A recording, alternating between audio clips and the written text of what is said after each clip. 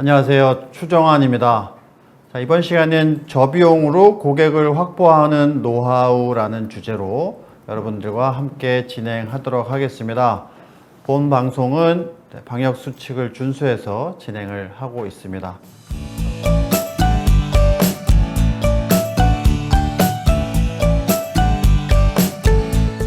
자, 오늘은 날씨가 가을을 생각하게 하는 그런 날씨가 며칠 지속되고 있습니다. 그 굉장한 무더위도 어느덧 시간이 이렇게 지나면서 차츰차츰 수그러드는 그런 계절을 느낄 수 있겠습니다. 여러분들이 지금 겪고 계신 그 어려움도 시간이 지나면 여러분들의 노력으로 인해서 더 빨리 지나갈 수 있지 않을까 하는 기대를 가져보면서 이번 시간 진행하도록 하겠습니다. 자, 어떻게 하면 고객을 확보할 수 있을까라는 것은 모든 사업을 하는 분들의 공통적인 고민이고 가장 큰 고민이 될 것입니다. 사업 규모가 작고 크고를 떠나서 가장 작게 운영을 하는 소상공인부터 굉장히 큰 대기업이라고 할지라도 고객에 대한 고민은 그 누구를 막론하고 항상 가지고 있고 그 답을 찾기 위해서 굉장히 많은 노력을 하고 있습니다. 제가 한 10여 년 정도 소상공인과 관련된 교육이나 컨설팅을 진행하면서 어떻게 하면 이런 고객을 찾아서 우리 점포에 혹은 우리 매장에 오게 할 수 있을까라는 게 정말 큰 고민이고 그 정답을 찾기 위해서 엄청나게 많은 노력을 했습니다. 직접 찾아가서 여쭤보기도 하고 성공 사례들을 통해서 서적들을 통해서 보기도 하고 각종 논문을 통해서 보기도 하고 굉장히 많은 시도를 하고 노력을 했는데 내린 결론은 뭐냐면 정답은 없더라. 정답은 없더라. 다만 그 정답을 찾아가는 과정과 그런 시도를 통해서 우리 점포에 가장 적합한 최선의 답을 찾을 수는 있더라 라는 겁니다. 그래서 이번 시간도 제가 정답을 드리고 싶어요. 고객 확보를 위한 정답을 드리고 싶은데 그 정답을 드리기보다는 그 정답을 찾아가는 과정을 여러분들께 알려드리려고 합니다. 고기를 잡는 방법을 알려드리려고 합니다. 그래서 그 방법을 좀 들으시고 우리 점포에는 우리 매장에는 이렇게 하면 되겠구나 라는 것을 찾을 수 있는 비교적 쉽게 찾을 수 있는 노하우를 체득하시면 이번 시간 교육 목표가 달성될 것 같습니다. 그래서 그 방법을 지금부터 알아보도록 하겠습니다. 자, 이번 시간은 크게 딱 두 가지를 말씀드릴 겁니다. 첫 번째는 본질이고요. 이 본질이라는 것은 여러분이 운영하고 계신 사업체, 그 사업체에서 판매하는 상품이나 서비스의 정체성이 무엇인가를 먼저 말씀을 드릴 거고요. 두 번째는 사례에 대해서 말씀을 드릴 겁니다. 실제로 그런 본질을 찾아서 나만의 사업체를 운영한 사례에 대해서 말씀을 드릴 텐데 그 사례를 보시고 우리 점포와 연관된 저 사례에서 우리 점포와 연관된 것은 이런 것을 찾을 수 있겠구나 라는 점을 좀 캐치를 해 주시기 바랍니다. 그래서 이렇게 두 가지를 말씀을 드릴 거고요. 또 다음 시간 두 번째 시간에서는 그러면 그것을 어떻게 찾을까? 방법에 대해서, 그래서 우리 사업체에 전환하는 방법에 대해서 말씀을 드릴 거고요. 마지막으로는 이제 여러분이 이제 진행하셔야 돼. 자, 그러면 이런 사례들, 이런 본질을 찾아서 그것을 적용하기 위한 방법을 얘기를 했는데 우리 현장에서, 우리 점포에, 내 매장에서는 어떻게 적용을 하면 좋을까라는 것을 찾기 위해서 구체적으로 무엇을 찾으셔야 될지를 말씀드릴 테니 자, 여러분 현장에서 적용하는 그 방법을 찾아보는 시간이 되셨으면 좋겠습니다. 그래서 이번 시간은 두 가지 본질과 사례에 대해서 먼저 말씀을 드리도록 하겠습니다. 제가 고향이 강원도인데요. 제가 강원도에서 태어나고 자랐는데 막국수를 굉장히 좋아합니다. 그래서 제가 사무실에 오늘 점심을 막국수를 먹겠습니다. 자, 어느 식당을 갈까라고 이렇게 찾아봤더니 사무실 주변에 막국수를 잘하는 식당이 두 개가 있었어요. 자, 여러분 이 두 개의 식당 중에서 여러분의 입장이시라면 어떤 식당을 선택할까요? 자, 그리고 그 식당을 선택하는 기준은 뭐가 있을까요? 한번 생각해 보시겠어요? 메뉴를 선택했어요. 그래서 그 메뉴와 관련된 식당이 두 개가 있다라고 가정을 할 때 그 식당 중에 여기를 가야지, 뭐 가라는 식당과 나라는 식당이 있을 때 가라는 식당을 가야겠다라고 결정하는 기준 뭐가 있을까요?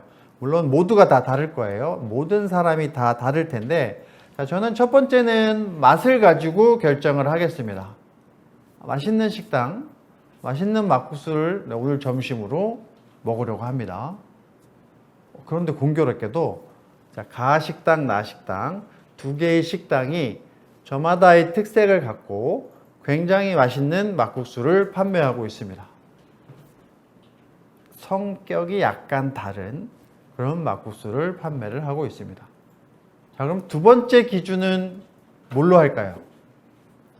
맛은 똑같다라고 치고 두 번째 기준 다 다르겠죠. 뭘로 할지는 저의 기준과 여러분의 기준이 다 다를 겁니다. 자, 이렇게 고객마다 식당을 선택하는 기준이 다 달라요. 자, 그러면 식당을 운영하는 입장에서 보면 뭐에 중점을 두고 식당을 운영해야 될까요?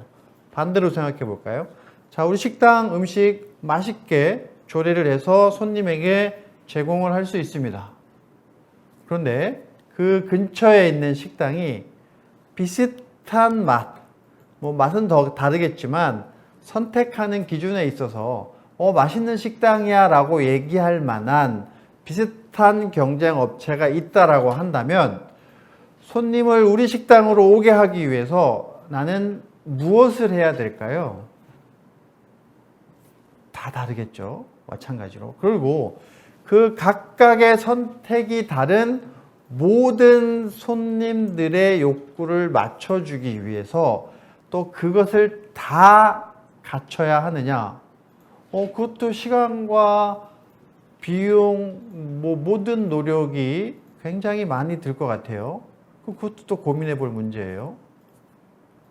이게 중요한 문제죠. 무엇에 집중을 해야 될까? 점포마다 다 다르고 입지마다 다 다르고 어떤 상품과 서비스냐에 따라서 다 다르지만 그 근본적인 과정을 찾아가는 그 절차는 비슷한 것 같아요. 자, 제가 강의를 하거나 혹은 컨설팅을 하거나 소상공인 분들을 만나면 특히 시장이나 상점가에 가서 그 분들을 대상으로 항상 여쭤보는 질문이 있습니다. 그게 뭐냐면, 자, 손님 있어요? 없어요? 이런 질문이 아니라, 자, 여러분들의 매장, 여러분들의 점포를 찾아오는 손님들은 여러분들의 상품이나 서비스 혹은 매장에 어떤 매력을 느껴서 여러분들의 매장을 찾아올까요? 여러분들의 상품을 구매할까요? 라고 항상 만나는 분들마다 여쭤봅니다. 그러면 놀랍게도 글쎄요, 뭐 그런 게 있나 우리에? 라는 답변을 하거나 잘 모르겠는데요. 뭐 있나? 맛있잖아. 라는 답변을 많이 하세요. 우리 상품이 좋으니까 찾는 거 아니에요? 라는 질문도 답변도 굉장히 많습니다. 자, 그러면 거기서 끝나는 게 아니라 조금 더 구체적으로 여쭤봐요. 물론 사장님의 상품 서비스가 굉장히 좋아서 손님이 와서 구매를 할 거예요. 그럼 구체적으로 가장 자신 있는 게 정말 이거 하나는 내가 정말 우리 매장이 최고야, 우리 상품이 최고야 라고 자신할 만한 게 뭐가 있을까요? 말씀을 계속 여쭤보고 생각하고 하는 그 시간을 지나면 이제 그제서야 답변을 하세요. 아, 우리 매장의 제품이 정말 질이 제일 좋아요. 정말 좋은 제품을 내가 판매를 하고 있어. 혹은 우리는 가격이 저렴하잖아. 가성비가 굉장히 좋아 라는 말씀을 하시거나, 혹은 뭐 우리 매장이 친절해요 라든지 깨끗해요, 혹은 서비스가 좋아요. 이거 보시면 아시겠지만 인테리어 굉장히 잘 돼 있잖아요. 지하철역에 입혀서 접근성이 좋잖아요. 등등 다양한 답변들을 역시 하십니다. 어쨌든 자신 있는 게 있어요. 그러면 이거는 누가 자신하는 거예요? 사장님이 자신하는 거죠. 고객의 입장은 아닌 거죠. 그래서 항상 컨설팅을 하거나 혹은 창업과 관련한, 혹은 현재 비즈니스를 운영하고 계시는, 사업체를 운영하시는 분들에게 또 작성하게 하는 게 있어요. 좀 뭐 이렇게 귀찮게 저런 걸 하나라고 싶지만, 자, 1번부터 9번까지 총 9개의 요소를 가진 비즈니스 모델 캔버스라는 것을 작성을 한번 해보도록 권유를 드립니다. 그리고 실제로 같이 작성을 해요.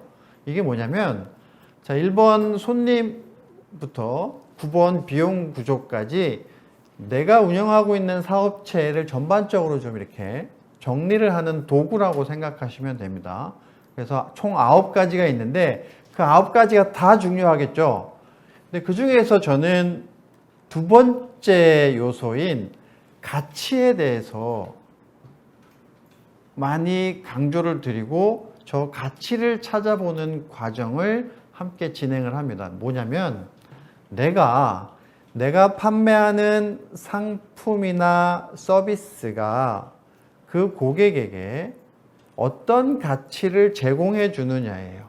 어떤 이득을 주든지, 아니면 어떤 고민거리, 걱정거리를 해결해 주든지, 아니면 어떤 불안을 해소해서 안심을 시켜주든지, 뭐 만족감을 주든지, 무엇이든지 간에 어떤 가치를 제공을 해주느냐 하는 것에 굉장히 집중을 많이 합니다. 그래서 앞서 말씀드렸던 여러분 점포의 매력이 무엇인가요? 라고 했을 때 우리 점포의 매력은 이겁니다 라고 답변하는, 그게 바로 어떤 가치가 되겠죠. 자, 가치라는 것은 왜 이것을 강조를 하냐면, 판매의 본질은 저 가치라는 것을 전달하는 것이 판매의 본질입니다. 자, 여러분이 제공하는 상품 혹은 여러분이 제공하는 서비스를 고객이 왜 그것을 구매하느냐, 혹은 나는 이 상품과 서비스를 통해서 고객에게 이것을 제공하고 싶어 하는 그 가치를 전달해 주는 것이 바로 판매라는 것이죠. 그래서 여러분이 비즈니스를 운영하는, 사업체를 운영하는 모든 핵심은 어떻게 이 가치를 전달을 해 주는 것이냐에 모든 것이 다 연관이 되어 있습니다. 그래서 그 가치를 제공을 해주고 고객들에게 그거에 대한 정당한 대가를 가져오시는 거죠. 그게 이제 대금이 되겠습니다. 가치라는 걸 좀 살펴볼까요? 가치라는 것은 국어사전에 보면 사물이 지니고 있는 쓸모. 두 번째는 대상이 인간과의 관계에 의하여 지니게 되는 중요성. 마지막 세 번째는 인간의 욕구나 관심의 대상 또는 목표가 되는 진선 및 따위를 통틀어 이르는 말이라고 되어 있습니다. 자, 여기에서 보듯이 사물이 지니고 있는 쓸모라고 되어 있습니다. 이제 지금은 저것은 사물뿐만이 아니라 무형의 요소도 같습니다. 그러니까 여러분이 제공하는 상품이나 서비스는 첫 번째 정의에 의하면 분명히 쓸모가 있어요. 여러분이 무엇을 판매하시든지 간에 여러분들은 쓸모가 있는 걸 판매를 하고 계십니다. 물론 그 쓸모의 값어치는 낮을 수도 있고 높을 수도 있지만 어쨌든 여러분들은 가치가 있는 상품을 판매를 하고 계신 거죠. 저는 두 번째 주제에 두 번째 정의에 집중을 좀 해보고 싶어요. 대상이 인간과의 관계에 의하여 지니게 되는 중요성이다. 여기에 좀 집중을 해서 가치를 말씀드리고 싶습니다. 무슨 얘기냐면, 자, 이 리모컨은 프레젠테이션 리모컨이에요. 프레젠테이션을 할 때 굉장히 도움이 되는 리모컨인데, 이거는 강의나 프레젠테이션을 많이 하는 저에게는 굉장히 중요한 물건이죠. 이게 굉장히 내가 편안하고 익숙한 제품을 구매를 하게 됩니다. 그런데 이거와 관계없이 자, 판매업을 하는 분들에게는 이거는 전혀 쓸모가 없는 물건이죠. 단순 사물을 하는 분들께도 쓸모가 없는 물건이에요. 그럼 이거는 그분에게는 가치가 없습니다. 저에게는 가치가 굉장히 많습니다. 두 번째 주제가 의미하는 게, 자, 여러분이 제공하는 상품이나 서비스가 여러분이 생각하는 고객에게 어떤 중요성을 갖고 있느냐를 생각해 보자는 겁니다. 그래서 이렇게 한 문장으로 좀 정리를 해 보려고 합니다. 자, 내 상품은 혹은 내 서비스는 무엇을 위해서 뭐뭐 하는 거다 라는 문장으로 한번 정리를 해 보시기 바랍니다. 예를 들면, 자, 제 강의를 듣는 분들에게 문제의식을 갖게 하기 위해서 문제를 찾는 강의다. 저는 이렇게 정리를 해보고 싶습니다. 특히 오늘 강의는 그렇습니다. 문제의식을 갖기 위해 문제를 찾는 강의다. 여러분이 제공하는 상품이나 서비스의 목적, 이것을 구매하는 분이 왜 구매를 해야 되는지, 자, 여러분은 이것을 판매하는 가치를 뭐에 두고 계신지를 정리해 보자는 거죠. 자, 이 문장 만들기가 의외로 쉽지가 않습니다. 평상시에 내 사업에 대해서 굉장히 많은 고민을 하고 준비를 했고 운영을 하고 관리를 하고 있지만, 자, 그것을 단적으로 한번 표현해 보시죠 하면 생소하죠. 쉽지는 않은 것 같아요. 저렇게 한번 정리를 해서, 자, 여러분이 운영하는 사업체의 본질을 좀 찾아보자는 겁니다. 여러분이 판매하고 있는 상품과 서비스의 본질을, 자, 키워드로 정리를 해보자는 겁니다. 그거 한번 꼭 해보시기 바랍니다. 자, 제가 이걸 강조드리는 이유는 가치에 대해서 말씀을 드리고 있습니다만, 제가 예전에 어느 책을 봤는데 나는 왜 이 일을 하는가라는 책이에요. 좀 굉장히 오래전에 봤는데, 그 책의 저자가 사이먼 사이넥이라고 하는 어떤 컨설턴트, 경영 컨설턴트, 저널리스트인데, 그 책에 많은 내용을 얘기를 하고 있습니다만, 제가 제일 와닿은 건 골든서클이라고 하는 원에 관한 얘기였습니다. 그 서클이 뭐냐면, 제일 안쪽에 Y, 그 바깥에 How, 마지막 가장 외곽에 What이라는 세 가지의 요소를 가지고 성공한 기업과 실패한 기업의 차이를 얘기했던 그 요소인데요. 예를 들면, 자, 실패한 기업은 What에 집중해서 비즈니스를 풀어간다라고 하고요. 성공한 기업은 Y에 집중해서 비즈니스를 풀어간다라고 합니다. 그래서 성공한 사업, 성공한 기업은 Y에서 시작해서 How, What으로 진행이 되는 거죠. 예를 들면 이런 겁니다. 자, 여기 프레젠테이션 리모컨이 있습니다. 가격은 얼마입니다. 자, 프레젠테이션을 하실 때 페이지를 넘기기 굉장히 쉽게 되어 있고요. 마우스를 조작할 수 있는 기능도 있습니다. 프레젠테이션에서 음향이 있을 때는 이 버튼을 통해서 음향을 조절할 수도 있습니다. 자, 이 프레젠테이션 리모컨은 여러분들이 프레젠테이션을 편안하게 하실 수 있도록 해드릴 겁니다. 이거는 왓에 집중을 한 설명입니다. 제가 뭐부터 시작을 했어요? 자, 프레젠테이션 리모컨입니다 라고 시작을 했죠. 반대로 얘기해 볼까요? 반대로 Y에 집중해서는 어떻게 얘기할까요? 이것을 판매하기 위해서. 자, 여러분 프레젠테이션 할 때 화면 전환이 잘 안 돼서 불편하지 않으셨나요? 혹은 자, 음향 조절을 통해서 여러분들의 목소리와 음악을 함께 하고 싶으신 생각 없으셨나요? 자, 프레젠테이션 화면을 잠시 암전을 시킨 상태에서 모든 청중의 시선을 여러분에게 집중하고 싶었던 적은 없으신가요? 자, 그 모든 기능을 저희가 해결해 드리겠습니다.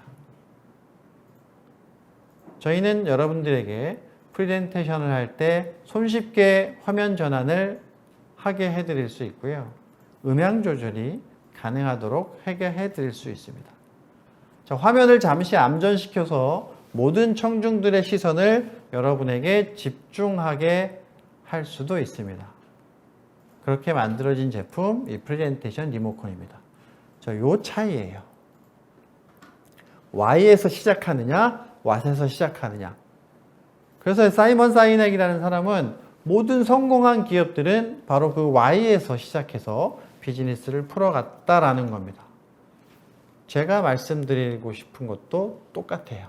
자, 여러분이 판매하고자 하는 상품 혹은 현재 판매하고 계신 상품과 서비스의 본질은 무엇인가요? 무엇을 해결하기 위해서 여러분의 상품과 서비스를 판매하고 계신지 첫 번째는 그거부터 오늘 확실하게 누구에게라도 누군가 툭 스쳐 지나가듯이 말해도 내 상품은 이러이러한 것을 해결하기 위해서 이렇게 제공해 라는 것이 자연스럽게 나올 수 있도록 한번 정리를 해 보시기 바랍니다. 본질을 한번 찾아보시기 바라고요. 자, 이렇게 본질을 찾아가는 과정 혹은 본질을 내 상품과 서비스에 입혔던 그 사례에 대해서 또 말씀을 드려보겠습니다. 식당하고 정육점의 사례를 말씀드릴 텐데요. 과거에 성공했던 사례, 최근에 성공했던 사례 몇 가지를 말씀을 드릴 겁니다. 제가 아까 식당 말씀드렸잖아요. 막국수. 제가 막국수 정말 좋아하거든요. 강원도에서 태어나서 그런지 막국수집 이야기를 좀 해보려고 합니다. 자, 지도에서 보이는 이 빨간 점이 막국수 식당이 위치한 지점입니다. 보시다시피 산 중턱에 위치한 굉장히 작은 규모의 마을이에요. 교통도 굉장히 불편하고요. 자가용을 이용해서 자기 차량을 이용해서 접근하는 게 가장 좋은 위치고요. 메인 도로에서도 좀 떨어져 있어요. 한참을 좀 이렇게 가야 되고 마을버스는 다닙니다. 마을버스는 다니는 저 산 중턱에 있는 작은 마을에 막국수 집이 있습니다. 그래서 이렇게 정갈한 막국수를 파는데요. 접근성이 어려운, 그죠? 접근성이 어려운 산 중턱에 식당을 만들었다라고 하면 우리가 흔히 이제 생각해 보는 게 뭐냐면 등산로에 있는 어떤 막걸리집 혹은 산 구석에 있는 어떤 보양식 정도를 생각하잖아요. 근데 막국수 집이에요. 막국수 집인데 산 중턱에.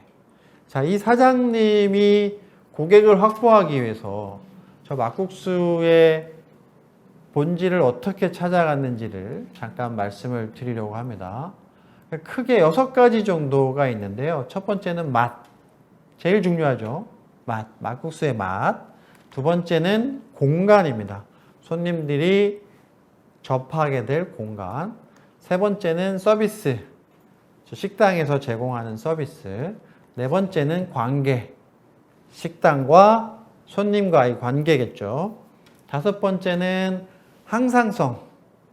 이게 뭐냐면 처음부터 지금까지 꾸준히 그 모습을 유지하고 있다라는 거죠.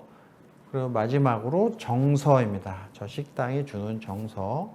이 6가지인데 간단하게 좀 이렇게 말씀을 드리면 일단 맛은, 자, 막국수의 맛은 뭐에 있어요? 육수, 양념, 뭐 올라가는 고명 다 중요하지만 어쨌든 본질은 국수에 있죠. 국수. 그래서 뭐 메밀과 옥수수 뭐 기타 등등 어떻게 섞을 것이냐 하는 그 비율이라든지 그거에 대한 반죽 정도라든지 어떤 삶는 정도라든지 이거와 관련해서 막국수가 내고자 하는 본연의 맛을 만들어내기 위해서 직접 그 현장에 가서 명인에게서 배워서 그것을 완전히 내가 항상 똑같은 맛, 일관된 맛을 낼 수 있을 정도까지 만들어서 식당을 개업을 하게 되는 게 가장 중요하겠죠. 첫 번째가 맛. 두 번째는 공간인데요. 공간은 뭐냐면 손님들이 우리 식당을 찾아오는 딱 외관부터 시작해서 접근하는 현관을 들어와서 내가 먹기 위해 이동하는 순간까지, 그리고 거기서 앉아있는 테이블, 주변에 보이는 요소 등등 모든 것들을 다 고민을 해서 공간을 구성을 하게 됩니다. 그리고 손님들이 이용하는 공간, 그리고 서버들이 이용하는 공간 또 분리를 하기 위해서 고민도 해보시고 그렇게 해서 공간을 구성을 했고요. 세 번째는 서비스예요. 자, 이걸 가격을 어떻게 책정할까, 종류를 어떻게 책정할까, 그리고 심지어 막국수 사리 같은 것도 고민을 하셔가지고 통상 막국수집 가서 사리 추가하면 내가 비빔 막국수를 먹으면 비빔사리만 추가되고 물막국수를 먹으면 물사리만 추가가 되는데 그거에 대한 구분도 없애셨고 또 어린이용 막국수도 별도로 메뉴를 편성하셨고 뭐 그런 거라든지 아니면 주방을 개방해 놓은 거라든지 어떤 화장실을 꾸며 놓은 거라든지 등등 고객을 위한 서비스를 어떻게 하면 최상의 서비스를 내가 제공을 할 수 있을까를 고객의 입장에서 손님들이 오면 이렇게 할 거야 라는 생각을 갖고 준비를 하셨어요. 그래서 보시면 메뉴판도 보시면 메뉴가 그렇게 많지는 않죠. 많지는 않은데 네, 특색 있는 메뉴를 확인을 하실 수가 있고요. 화장실 마찬가지예요. 화장실 되게 깨끗합니다. 되게 깨끗하고요. 네 번째는 관계입니다. 손님과의 관계예요. 그래서 뭐 단골을 알아본다든지 심지어 뭐 성함을 기억을 하신다든지 아니면 뭐 식당에서 신발을 분실하셨을 때 통상 그죠, 그런 경우 있을 수 있잖아요. 어떻게 처리를 하신다든지 이런 내용들 관계, 그래서 고객과의 관계를 굉장히 친밀하고 정겹게 만들어 가기 위해서 노력을 많이 하셨어요. 그리고 항상성이라는 것은 아까 말씀드렸다시피 그 맛과 공간, 서비스 관계가 지금 개업을 한 그때부터 지금까지 계속 꾸준히 유지를 하고 계십니다. 우리가 흔히 얘기하잖아요. 초심을 잃지 말자. 그것을 계속 유지를 해오고 계시고 마지막으로 그 식당 하면 떠오르는 정서. 그 식당. 그래, 거기 가면 이렇게잖아. 라고 고객이 얘기할 수 있는 우리가 흔히 얘기하는 브랜드를 확립을 하기 위해서 노력을 하셨습니다. 그것을 위해서 앞서 말씀드렸던 그 5가지 맛, 공간, 서비스, 관계, 항상성이 모두가 연계된 그런 식당을 만들어 가셨다라는 거죠. 자, 저 순서가 아니라 저 요소들을 좀 54라고 말씀을 드린 거예요. 처음에 맛, 우리 품질이라고 생각하시면 될 것 같습니다. 그 다음에 공간, 우리가 흔히 얘기하는 인테리어도 물론 포함되지만 그 안에서의 동선까지 고려를 해서 손님이 오면 이렇게 움직여서 이 공간을 통해서 이렇게 이동을 하셔서 여기에 앉으실 거야. 앉으시면 뭐가 보이고 기타 등등 여러 가지를 고민을 하는 거죠. 세 번째는 서비스. 자, 어떻게 더 편하게 해드릴 수 있을까? 어떻게 더 불쾌하지 않게 해드릴 수 있을까? 항상 고민을 하시는 거죠. 네 번째 관계, 고객과 어떻게 관계를 맺어가는지를 고민을 하셔서 내가 생각하는 거 플러스 고객이 원하는 거를 같이 만들어 가셨고요. 마지막으로 그것이 처음부터 지금까지 꾸준히 유지가 된다라는 거죠. 그래서 브랜드를 만들어 가는데 뭐 다 알고 계시다시피 그것을 확립해가고 만들어가는 과정은 시간이 오래 걸려요. 물론 단적으로 굉장히 짧은 시간에 만들어갈 수는 있습니다. 유행을 타는 아이템 같은 경우 그럴 수 있죠. 뭐 프랜차이즈로 막 반짝했다가 사라지는 아이템. 그것은 그렇게 할 수 있어요. 그런데 내가 우리 매장을, 우리 점포를 그렇게 반짝하고 돈 잠깐 벌고 닫고 옮겨가는 그런 어떻게 보면 좀 철새와 같은 그렇게 만드는 것이 아니라 지금 운영하고 있는 이 매장을 계속 꾸준히 유지하면서 고객을 확보하고 싶다라고 한다면 이 막국수 집의 사례처럼 몇 가지 요소를 두고 내가 이것을 고객들을 위해서 고객의 입장에서 어떻게 해줄 것인가 라는 고민을 해보시는 게 필요할 것 같습니다. 식당에 대해서 말씀을 드렸고요. 정육점의 사례를 좀 말씀을 드려볼게요. 정육점.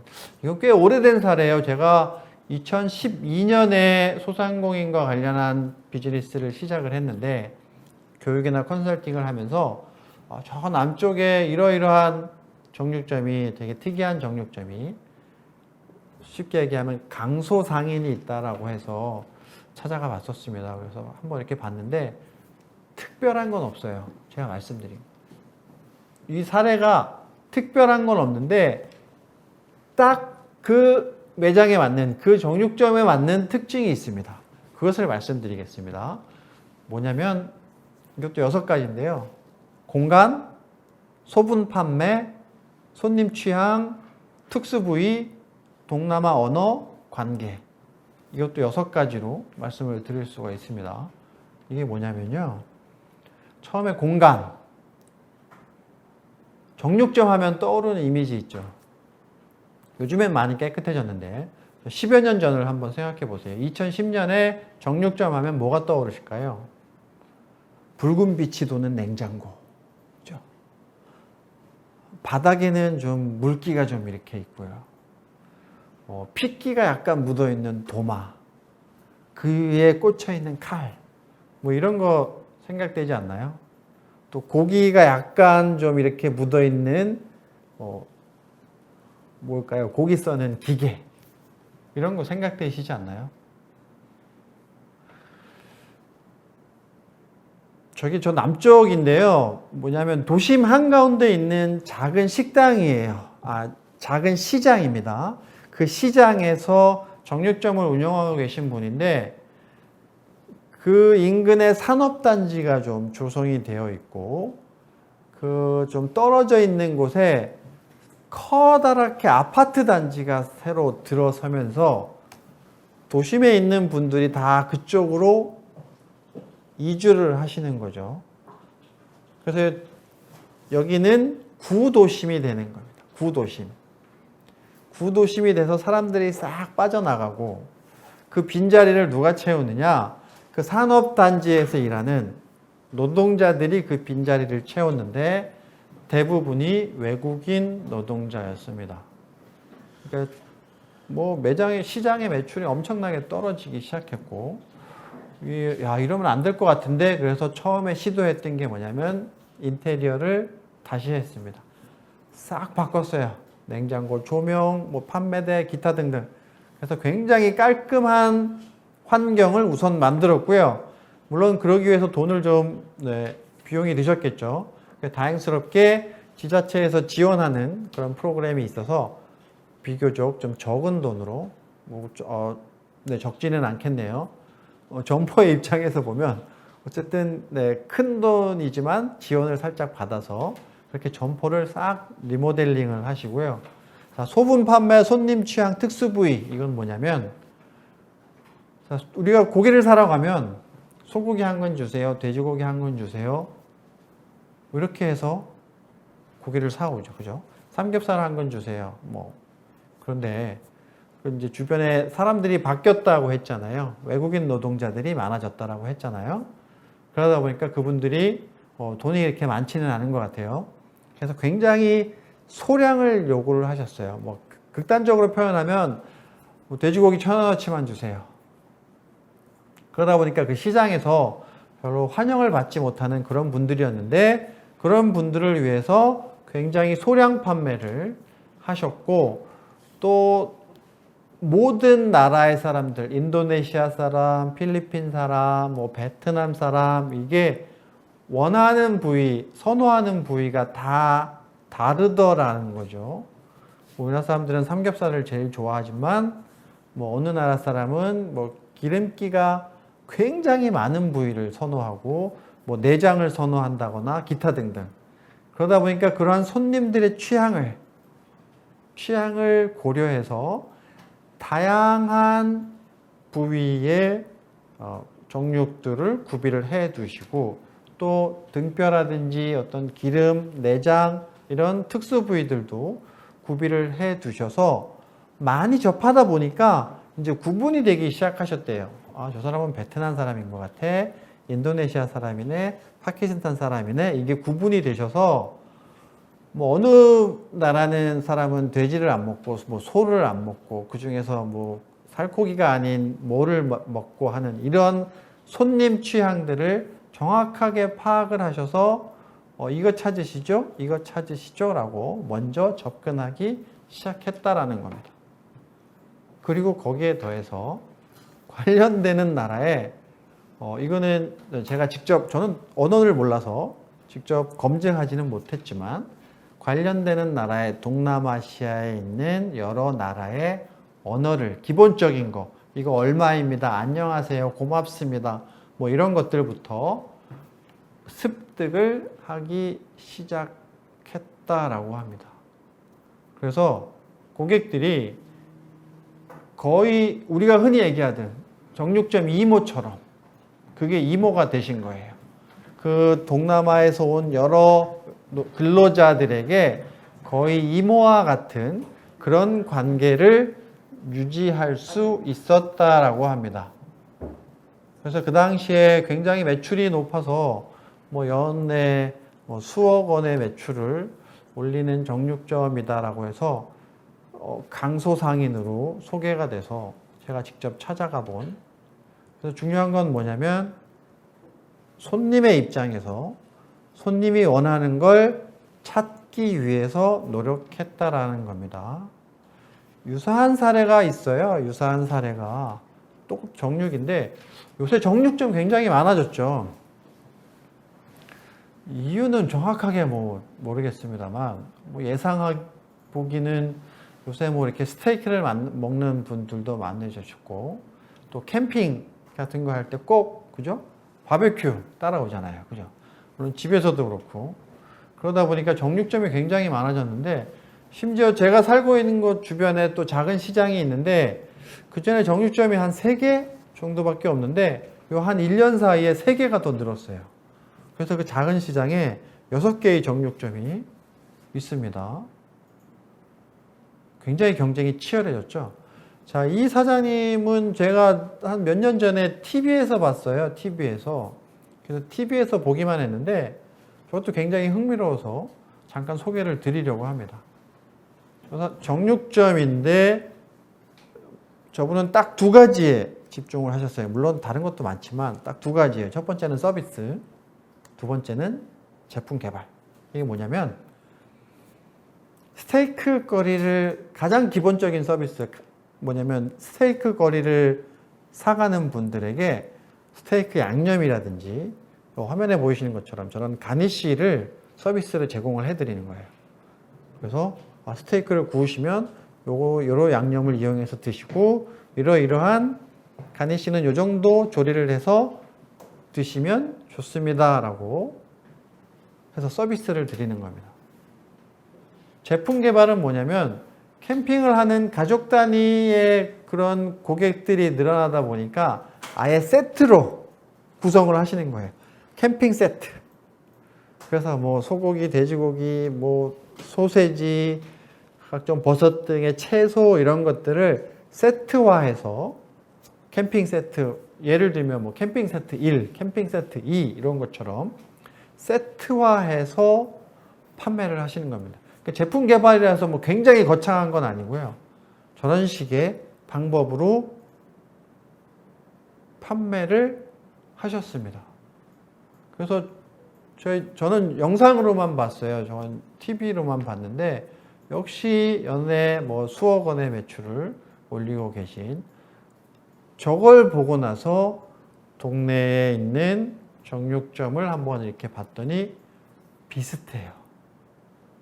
그 정육점마다 A 정육점은 뭐 돼지고기 특화되어 있고 B 정육점은 소고기, 뭐 어떤 정육점은 뭐 캠핑 세트, 어떤 정육점은 이렇게 구이용, 뭐 찜용 이렇게 그 정육점마다 저마다의 특색을 나타내기 위해서 굉장히 노력들을 많이 하시고 계시더라고요. 그 POP로 해서 매장에다가 딱 써붙여 놓고 그래서 저 정육점은 뭐가 좋아, 저 정육점은 뭐가 좋아라는 거를 좀 알아볼 수 있게 그렇게 노력들을 많이 하고 계시더라고요. 모든 정육점들이 다 굉장히 신기했어요. 3개에서 6개로 늘어났는데도 불구하고 뭐 어떤 갈등을 본 적도 한 번도 없고요. 지나다니면서 어쨌든 자기 정육점마다의 특색을 만들어내기 위해서 엄청나게 많은 노력을 하고 계시더라고요. 사례 3가지를 말씀드렸어요. 간단한 사례예요. 핵심적인 사례 3가지 말씀드렸는데 비단 이런 사례뿐만이 아니라 업종마다 뭐 신발을 판매하시는 분, 의류를 판매하시는 분, 굉장히 특화된 사례들이 굉장히 많습니다. 근데 그 사례가 중요한 건 아니고요. 그 성공 사례를 통해서 우리 점포에 저것을 좀 어떻게 적용해 볼 수 있을까? 라는 게 필요하겠죠.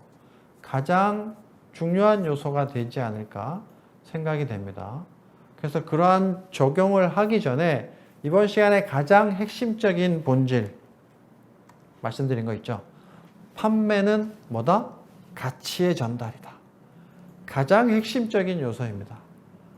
그래서 오늘 이 강의를 들으신 분들은 가장 먼저 뭘 하시냐면 자, 우리 점포에서 제공하는 상품이나 서비스는 무엇을 위해서 어떤 목적으로 제공한다라는 아까 말씀드렸던 Y에 해당하는 내가 제공하는 상품이나 서비스가 고객에게 무엇을 해결해 줄 수 있느냐, 어떤 이익을 주고 어떤 걱정거리를 해결을 해주고 어떤 만족을 주고 무엇을 제공하는지 그 가치를 먼저 확실하게 정의를 해 주시기 바랍니다. 첫 번째는 그거예요. 가치. 내가 판매하는 상품과 서비스의 가치가 무엇인지를 먼저 확실하게 해 주시기 바랍니다. 그리고 두 번째는 제가 말씀드렸던 그 사례에서 보듯이 그 가치를 고객에게 제공하기 위해서 여러 가지 요소들에 신경을 써서 준비를 하고 제공을 했습니다. 그러면 그것을 우리 점포에, 내가 운영하는 점포에 적절한 요소들은 뭐가 있는지를 이제 찾아가시는 거죠. 그 찾는 방법을 다음 시간에 말씀을 드릴 겁니다. 그래서 이번 시간의 강의는 핵심은 판매는 가치의 전달이다. 요거를 명심을 해 주시기 바랍니다. 그러면 지금부터 질의응답 시간을 가져보려고 합니다. 혹시라도 제가 오늘 말씀드린 것 중에 궁금하신 사항이나 이해가 안 되는 사항이 있으면 채팅창을 이용해서 질문을 해 주시기 바랍니다. 근데 뭐 크게 어려운 내용이 없어서 어떻게 될지 모르겠는데, 네, 마케팅 전략 제일 중요한 포인트죠. 그래서 마케팅이라는 거는 단순하고 홍보만 말씀드리는 건 아니고요. 여러 가지 요소들이 있습니다. 그래서 제품 개발부터 판매까지 전체적인 요소들이 있는데, 그 요소들 중에서 핵심적인 전략, 내가 무엇에 집중을 할 것이냐, 그게 아까 지금까지 1시간 동안 제가 말씀드렸던 그 본질이라고 말씀을 드리고 싶습니다. 그래서 이번 시간의 핵심은 딱 하나예요. 판매는 가치의 전달이다. 그것을 명심을 해 주시고 이번 시간은 여기에서 마무리하도록 하겠습니다. 감사합니다.